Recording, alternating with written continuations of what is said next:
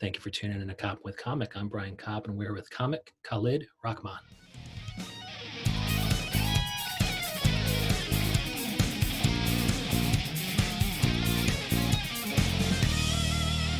Khalid Rahmaan, how the hell are you?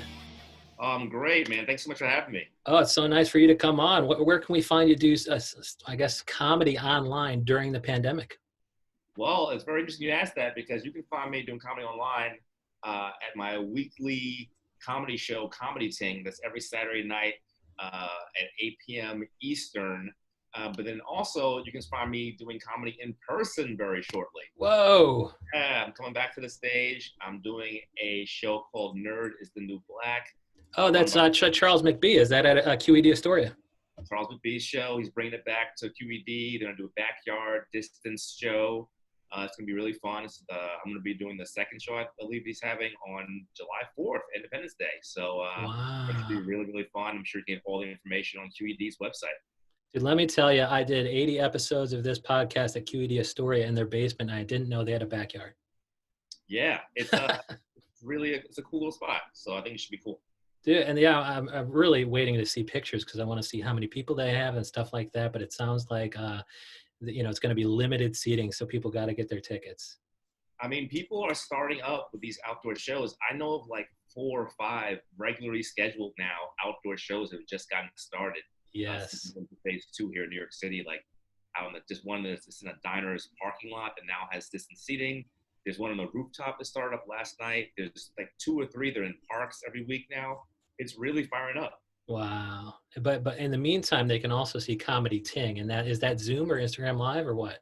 So Comedy Ting is on it's on Zoom, but it's also on Twitch on Comedy Hub. So you can watch it live. You can be part of the audience. If you go to www.comedyhublive.com/Ting, you can get tickets to actually be in the Zoom and like be unmuted and have your voice and laughter heard during the show. Or you can go to twitch.tv and just go to Comedy Hub and you can watch the show just kind of like as a viewer there. Wow, yeah, I'm looking at the June 27th lineup. So you have a show tonight. I mean, this episode won't be out in time, but it looks like tonight you'll be playing with Monroe Martin. Yeah, Monroe Martin, super funny. Dave Hill from Comedy Central. So many fun people on the show every single week. We've had people from HBO, from Fallon, from Colbert, every single late night show you can imagine. It's a really good time. And we raise money for a different social justice charity every week. So that's a really good aspect of the show too. So what are you raising? What are you raising money for tonight? So we're raising money for the Bail Project, which is a great charity. It's working on all the issues to deal with the mass incarceration in our country. Also providing bail to protesters. It's been a really, really good organization. So we're hoping we can donate a nice little chunk of change to them on Monday. Yeah, I see your I see that now in your bio, the Bail Project, and I follow you there at Twitter where they can find a lot of these links and things like that, and that's Khalid NYC. That's right. That's at Khalid NYC on Twitter, and I'm more active on Instagram at Khalid Says. Well, hey man, if you're on a show with Charles McBee, he's a former guest, and you guys are just you guys are the visionaries for coming on Koppen with Comic, and that's how I know your comedy is quality. Yeah, man. Charles, my OG. Like we started like pretty much around the same time. I think he's a couple of years ahead of me, but we would perform at this place called 739 Franklin, right near where I live now in Crown Heights, and it was the best. I still dream about that place. I had a great show there. Every Thursday, it's so up and coming, and it was a party. So you started with the right people, and that probably just made you go the extra mile. Like that's why you're still a comic today, man. If you start with the right people, it can be a lot of fun. No doubt about it. I remember when I first started, I remember listening to a lot of podcasts about comedy, and like Dan St. Germain had a podcast, and he said something that sounds terrible, but in hindsight was 100% true. He said, if there's one piece of advice I give the young comics is don't hang out with bad comics. Like, they will drag you down into their terribleness. Yeah. If you're a good comic, you will outgrow them and they will become resentful and you will no longer be friends anyway. So just don't even start hanging out with bad comics. And it's really been true. Like the only people I hang out with are very funny people. And it's like, it's kind of messed up in a way because there are like plenty of nice people who do comedy who are not good comics, but you just can't hang out with them. It's sad. Yeah. Khalid left him behind long ago, man. In your rear view mirror is littered with shitty comics.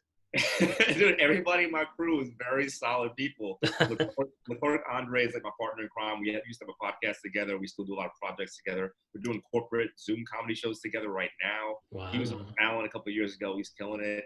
McBee, obviously, if you follow Charles McBee on Instagram, the dude is putting out the funniest content. Yeah. I mean, more than anyone right now. He's just like working on these hilarious sketches every single day. I mean, the SNL packet is out right now, and if they don't hire him, I don't know what they're doing, because he just cranks these things out the machine. Yeah. I'm retweeting him all the time because he's having conversation with the Karens of the world. You know, he's using their audio, or whatever, and then he's responding to it in real time, and it's a lot of fun. And such culturally specific funny stuff. Like he's from like a church background, like both of his parents are ministers. Wow. So he had this new one where it's just him doing a baptism with his dog and his sister. It's so funny. Yeah, he uses his he puts his finger in holy water and he kind of dabs the forehead. I think I saw that. That was a lot of fun. Yeah. So freaking funny, man. Well, let's talk real quick about the topic today, which you supplied and I love, which is, I don't know, man. It seems like as a white person, I'm just discovering that there's some racism out there. Dude, it's so hilarious to me that like I go on social media every day. I'm like doing my videos and just trying to like figure out what's going on. And so many people that I know personally, it seems like they have just discovered racism last month. Like, where have you been? What is going on? Are we not living in the same world? But then the answer to that is obviously no. We're not living in the same place. Like I'll see people post stuff, just like the most basic level stuff where they're explaining how like Black people have to deal with certain things that white people don't have to deal with. I'm like, this is stuff you should have learned in like second grade. What is happening to our education system in this country?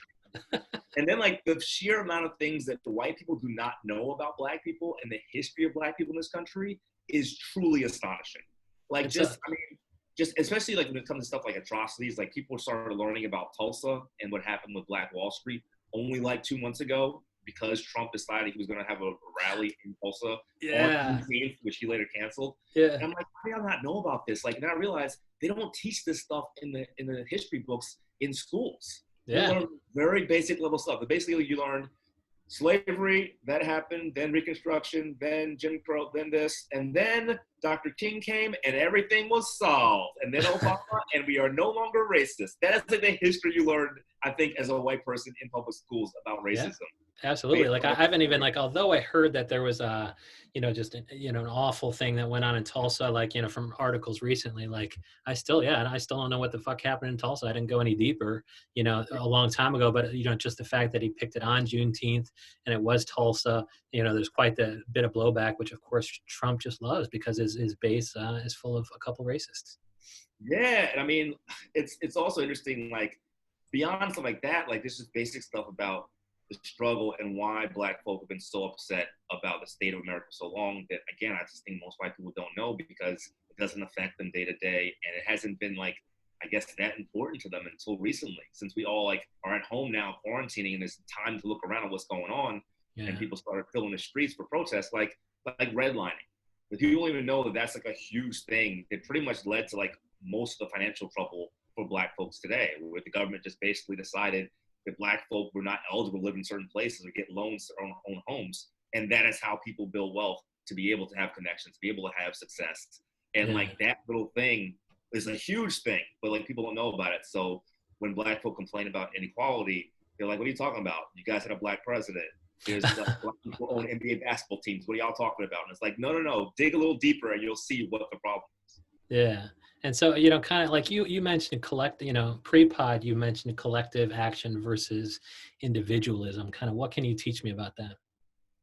I mean, that's just like something I'm thinking about a lot lately because whenever I go to the supermarket, it's just in your face. Like people just will not do the right things as a group to get us out of this pandemic.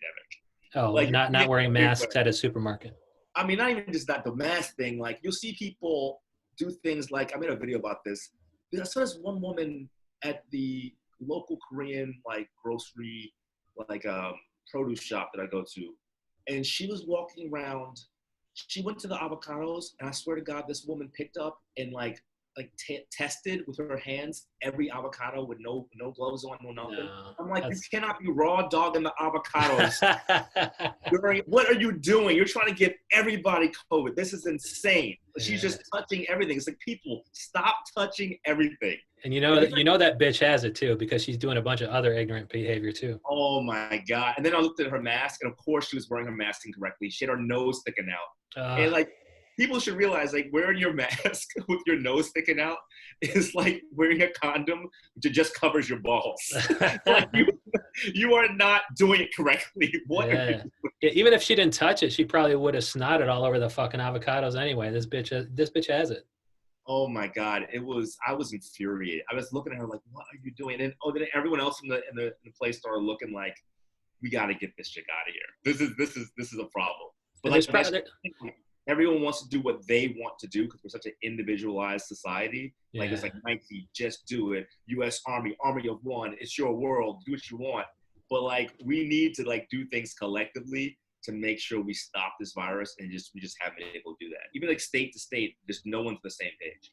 Yeah, so even the things that set up structural racism are probably the same things that have everybody just spreading the pandemic like crazy. Like, if you cannot even wear a mask because you want to do what you want to do, no black person across the street, that person's plight doesn't matter to you for shit.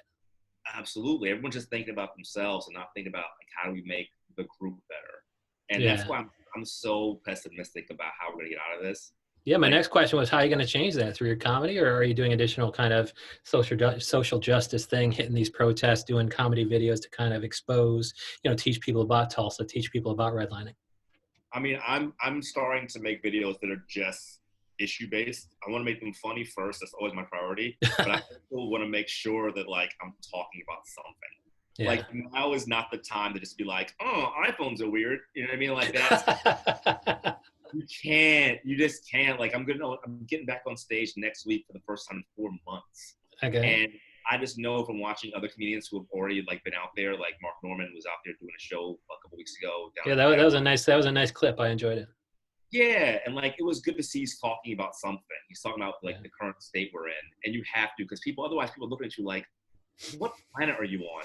If you think like it's appropriate to talk about crap that doesn't matter to our world right now at all, it's like, talk about what I'm going through. So I think it's going to be a delicate balance though. Like, I'm also kind of dreading getting back on stage because I know I'm going to be on shows with people who are all talking about the same subject. Yeah. And it was kind of like that after Trump got elected. Like, I don't know if you remember, but like every like showcase comedy show was like 5 comics in a row talking about Trump, and maybe one wouldn't. And it was like, Jesus Christ, if I hear one more bad joke about his like orange skin or his stupid hair, I'm gonna fucking scream. Like, it was really, really disappointing. But if you got up there and talked about Tulsa or redlining or something, like, I'd be at least interested enough for you to keep my attention, where the jokes would work. If you can't be funny, be interesting, because at least they'll pay attention until you're funny again. But if you pick these particular things that I don't know about, I'm really going to be interested in that. Yeah, you have to use analogies. You have to try to make it relatable to people, but you also have to, like, I think at this time especially, you have to be very personal in your comedy, because again, we've all been playing in the same sandbox for the last 4 months. Everyone's been at home. Everyone's been quarantined. Everyone sees people being ignorant with their masks and with their lack of distancing. Everyone's gonna have jokes about Zoom, like all these things that are pretty much common experiences. You have to talk about your specific individual experience with that topic to make it like unique and funny. Yeah, I mean, so even like, it's almost, you'd have to skip it and just tell me about any instances of, unfair treatment in your own life. Like, that would just be, first of all, it'd be different from everybody else on the show. But second of all, it would be something that would be current and now. Yeah, like, when I'm going through this, like lately, I just figured out that I've pretty much been having this, like, it's weird as a Black person to have a new experience with racism. If that makes sense. Like you think after, like, I'm like 42, so like, I thought I had been through every kind of racism. It's like, no, there is more. And this weekend it's kind of that, because I've been applying to get my own 1-bedroom apartment. And I didn't know a lot of these, like, quote unquote rules of real estate with rentals. And there's this thing where they want you to make 40 times the monthly rent at the place that you're looking to rent from. Yeah. And, I mean, in New York City, like, unless you're killing it, you're just not going to be doing that. And if you don't have that 40 times the rent salary, then they want you to get a guarantor who will, like, co-sign the lease with you and guarantee that they'll pay if you don't pay. and that person has to have 70 to 80 times the freaking rent of the place you're renting. And that's a person who's just killing it, making like in the six figures. Right. Now, because of redlining, because of all these policies that the government had for years to hold Black people down, most of us are less likely to have a person in our lives who makes over six figures. That's just a fact. Yeah. The average white family has 10 times more wealth than the average Black family in America. Right. And so guess who's having a hard time finding an apartment? It's yeah. like, you know, like I posted this thing about it on Instagram, just like this little story. And then my former boss saw it, and he's a millionaire. And he was like, dude, I'll guarantee you. And I'm like, oh my God, that's amazing. So but it took you kind of creating comedy content for somebody even to be like, oh shit, did you know that you knew one millionaire at some point? I mean, that's, you know, a white person might have a couple millionaires that they knew in their life. It's not, and beyond that though, it's like even just a person who makes $100,000 a year is a very rare acquaintance for a Black person. Yeah. So, and then like I had all these people, these like acquaintances and like former classmates and whatnot, hitting me up being like, hey, I saw what you posted. Yo, I've never been able to get an apartment without a guarantor. I always had my dad or my cousin or my mom or whatever. And basically a bunch of white ladies were like, I always had like a white man in my life who made a lot of money to take care of me. So I guess like racism. Oh my Lord. Well, I love the fucking, I love the fact that you're kind of finding new ways of, you know, people being racist or the system being kind of, you know, stacked against you. There is kind of, you know, there's some companies called the guarantors.com will actually, you can get them to do it for you. So it's a company that will do it, but you do have to pay them. You do have to pay them. So like you pay them, like, they're like, okay, we'll guarantee up to this amount. And you'll pay us $1,000 or some shit. So it's not much better, but you know, you shouldn't have to resort to that. It's nuts. It's funny, like with racism during this time, I kind of think of it like Jurassic Park. Like, you know how all the dinosaurs were female, yet somehow they managed to make more dinosaurs? It's like racism will find a way. Life finds a way, and racism will find a way. It's like, oh, we're all locked inside. Oh, we're still gonna find a way to kill unarmed Black people. Don't you worry. I love that, because white people are gonna laugh at that because they watch Jurassic Park. Yeah, man. Basically, they're like, oh, something we can relate to. Yeah, you're speaking our language. And so is any of this stuff, you know, before, I guess it will now, but before the pandemic and things like that, before white people discovered racism, like, were you talking about any of this stuff on stage, or were you kind of primarily trafficking the old iPhone joke or whatever? No, I always like sprinkled in lots of like social and political observation in my comedy. My Conan set, I look back at it, it was like almost 4 years ago at this point, but it's all about like my background on why I am this way, and like having gone to a radical Black nationalist middle school, and like just like how we would sing the Black national anthem instead of like the American national, you know. So I just always talk about the kind of stuff because that's what interests me. Like, I'm fascinated by race and the dynamics of what makes this country go and how people interact with it from like both ends of the political spectrum. I think it's like the main interesting thing about our country. Well, yeah, you're perfectly positioned then, because I imagine there's a couple comedians of color who were talking about other shit before this. Sure. I mean, it's also one of those deals where I got to a point where I just can't get up there and talk about something I don't really care about. So like now, before COVID, I was talking a lot about having roommates and like the difficulties of it. And since then, I have so much more material that it's just from life experience of stuff that's happened, what being in quarantine with roommates. And frankly, they're like trifling behavior that like, I'm like, as soon as things would happen, I just write them down and be like, oh, that's going to be a joke someday. Like, thank you, annoying roommate. You just gave me A material. Yeah. So like, I feel like whenever I'm talking up there, I have to like, it has to be something that's really interests me. And like, it's a thing where I'm telling the audience, oh, hey, check out this thing I was thinking about the other day. And it's genuinely from that point of view, you know?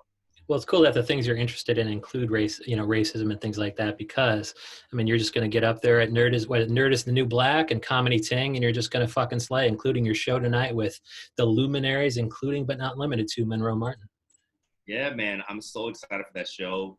It's become a real highlight of my week. It helped me get through like pretty bad depression the first few weeks of quarantine, which I think a lot of people went through. Just like having that show to like in a place to like express myself with comedy was a huge thing for me. Well, I'm glad it's getting you through, because all your, you know, the tweets and stuff that we follow, it's like, that's what's getting us through. The people who can't go up on stage, we follow Khalid NYC, and that's how we get our rocks off. Oh man, I really appreciate that. Yeah, definitely make sure to follow me at Khalid Says on Instagram. There's always tons of new stuff. I'm starting to make these like really specific stories that are going to be a little longer, like comedic expression on my story every day. So check that out. And definitely stop by Comedy Ting. It's such a good time. We raise so much money for such a good organization. So Please do keep doing those Instagram stories, because you never know how many people you knew were once a millionaire. oh, no doubt. Cool. I need all the guarantors I can get. Dude, sounds good. Khalid Rahmaan, thank you so much. Oh, thank you. Thanks for having me.